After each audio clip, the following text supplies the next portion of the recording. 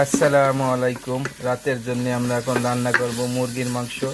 এখন মুরগির মাংসটা এখন কষানো হচ্ছে, আলুটা আগে দিয়ে এরপরে আমরা মুরগির মাংসটা দিয়ে দেব। এখন আমরা মাংসটা দিয়ে দেব।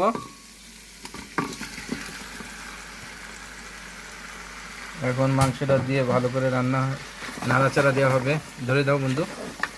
বাবুর্চি আমার বন্ধু শাহজাহান, সে খুব সুন্দর মুরগি রান্না করে। আমাদের এখানে মুরগি হইলেই সে রান্না করে।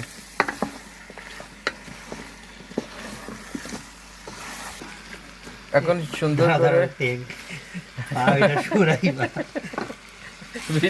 এখন মুরগিটা আমরা সুন্দর করে মাখাইয়ে ডেকে দেবো কিছুক্ষণের জন্য। অনেক সুন্দর কালার আইছে তরকারিটা আমাদের। এখন হলো মুরগিটা ভালো করে কষানো হচ্ছে। হালকা পানি দেওয়ার লাগবে। আচ্ছা, দিয়ে দাও।